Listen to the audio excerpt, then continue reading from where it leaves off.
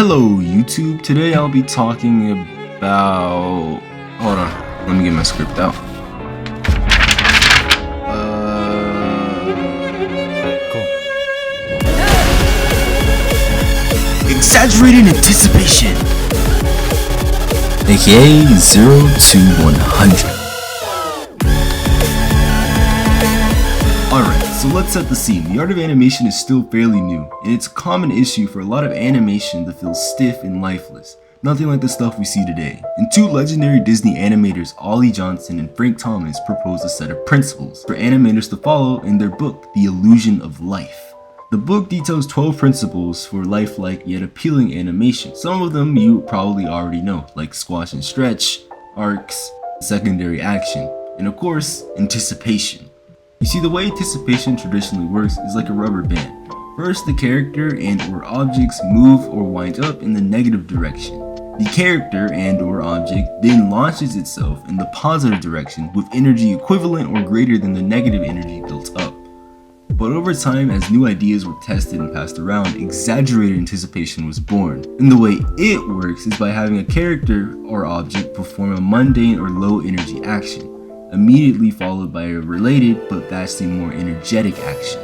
Kinda like how rising the volume of music helps put emphasis on the louder section, this dramatic change is meant to further the energy of the scene. Using these two definitions, one could make the argument that the Roadrunner from that one cartoon is an expert example of a timeless cartoon, pioneering modern animation. But to that I say, there's no drama.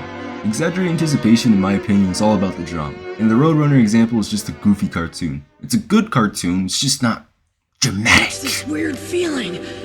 My lower belly's all tight. I wanna you too. So with all that out the way, it's time for some examples. A good example of exaggerated anticipation from an action perspective is in Avatar.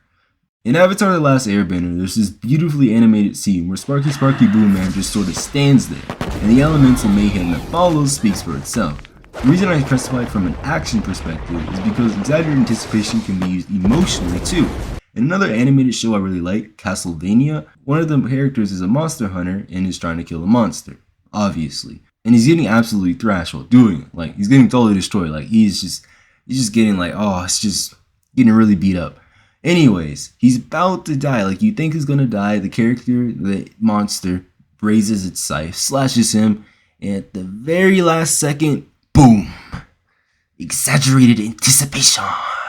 And in Naruto, the show, Naruto, the character, is sparring Sasuke, the show. Nah, I'm just kidding. And their sparring match gets a little too heated, which leads Kakashi Sensei to step in, throwing them into nearby water containing you. But Sasuke's Chidori does more damage to the hole than Naruto's Rasengan, or so he thought, because upon further inspection, Naruto's attack was much more potent, highlighting the gap between the two characters' abilities and Sasuke's discontent. One of my favorite scenes in the whole One of my favorite scenes in the whole show.